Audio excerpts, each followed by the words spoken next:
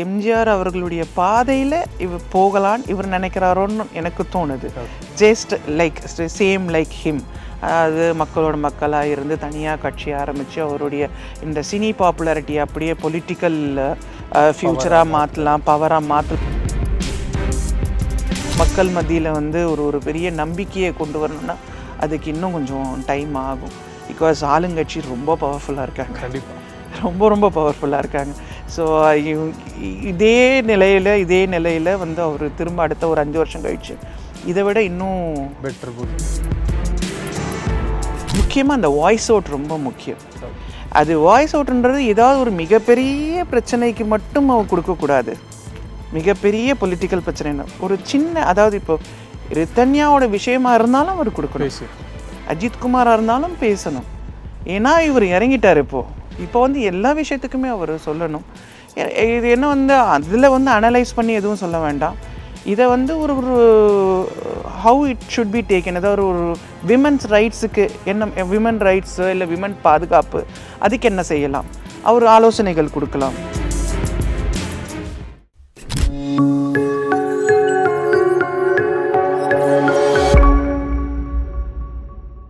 மாலைமலர் நேயர்கள் வணக்கம், நான் உங்கள் பிரவீன் கேஎஸ். இந்த ஒரு அழகான இன்டர்வியூ நம்ம கூட விசித்ரா மேம் இருக்காங்க. மேம் வணக்கம். வணக்கம், welcome to Maalaimalar.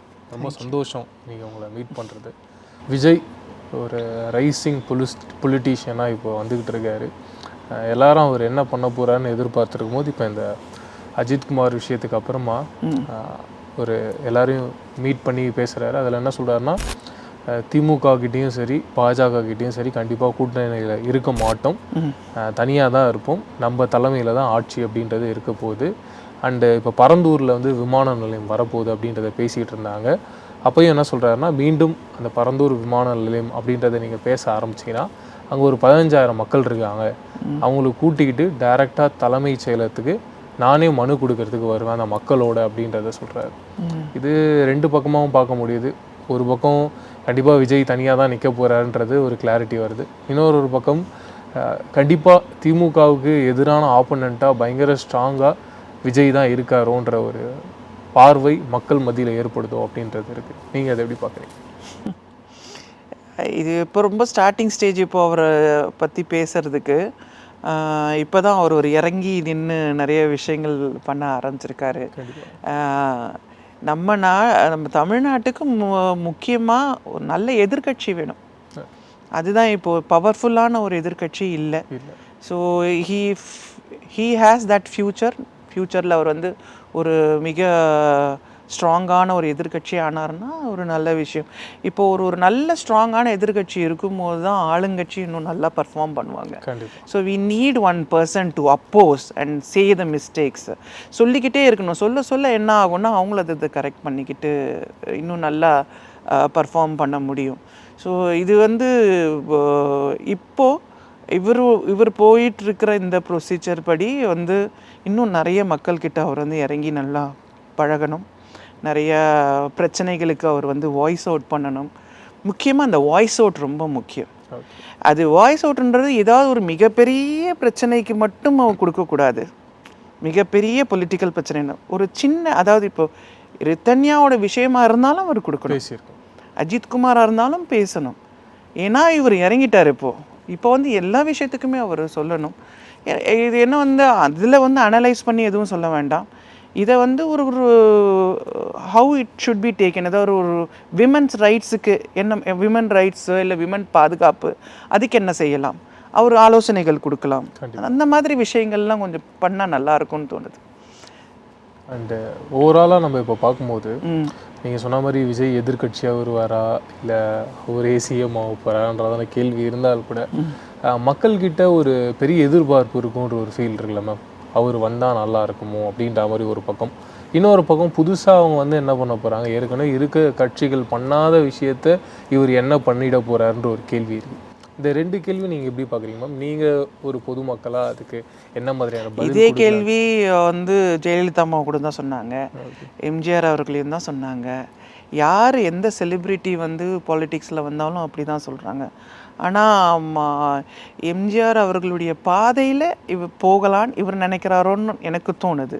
Just like same like him, அதாவது மக்களோட மக்களாக இருந்து தனியாக கட்சி ஆரம்பித்து அவருடைய இந்த சினி பாப்புலாரிட்டி அப்படியே பொலிட்டிக்கல் ஃப்யூச்சராக மாற்றலாம், பவராக மாற்றலாம் அப்படின்னு நினைக்கிறாரு. It needs more of patience. இன்னும் நிறைய வருஷங்கள் ஆகும்.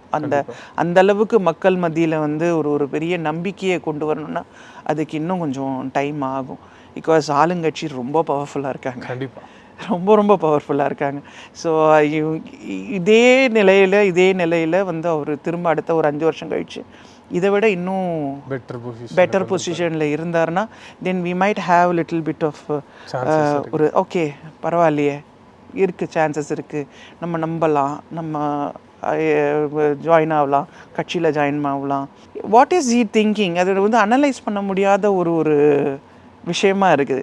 அது மாதிரி இல்லை, அவரும் வந்து கட்சியில் என்ன பண்ணிக்கிட்டு இருக்காரு, அவருடைய கட்சியில் வந்து அவர் என்னென்ன பிளான்ஸ் பண்ணுறாரு அப்படிங்கிறது வந்து நாட் எவ்ரி திங் மக்களுக்கு டிரான்ஸ்பரண்ட்டாக அவர் சொல்லணும்.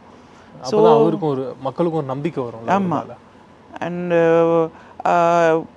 நிறைய கம்ப்ளைண்ட்ஸ் எல்லாம் வருது இல்லையா, அந்த நிறைய கட்சியிலே இப்போ வந்து அவருக்கு நிறைய பேர் வந்து கட்சியில் ஜாயின் பண்ணணும், அந்த ஸ்ட்ரென்த் வந்து கட்சியில் வந்து இந்த மெம்பர்ஸோட ஸ்ட்ரென்த் வந்து பயங்கரமாக இன்க்ரீஸ் ஆகணும். அது வந்து it depends upon what he is doing to the state. இது கண்டினியூஸாக இதுன்னு இல்லை, இந்த ஸ்டேட் இஷ்யூன்னு கிடையாது, even for the national issues is suppose to speak. பேச தான் வந்து மக்கள்கிட்ட வந்து போய் ரீச் ஆக முடியும்.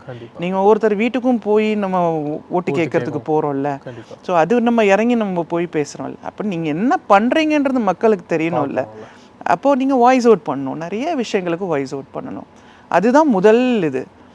ஏன் செலிப்ரிட்டிஸாக இருந்து முதலமைச்சராக ஆனது வந்து ஜெயலலிதா அம்மா இருக்காங்க, எம்ஜிஆர் அவர்கள் இருக்காங்க. அவங்கெல்லாம் வந்து மக்களோட மக்களாக போனாங்க, அவங்க கண்டுபிடிச்சாங்க என்னென்ன பிரச்சனைகள் இருக்குன்றது அடிமட்ட லெவல்லேருந்து கண்டுபிடிச்சிருக்கிறாங்க. ஒரு செலிப்ரிட்டி ஸ்டேட்டஸ் வந்து நாட்டின் முதல்வராக ஆயிடலாம்னோ இல்லை ஒரு ஸ்ட்ராங்கான ஒரு எதிர்கட்சியாக ஆயிடலாம்னு சொன்னால் முடியாது. It takes lot of patience and perseverance. நிறைய போராட்டங்கள் பண்ண வேண்டியிருக்கும், நிறைய விஷயங்கள் பேச வேண்டியிருக்கும். அதுக்காக தேங்க்யூ வெரி மச் மேம்.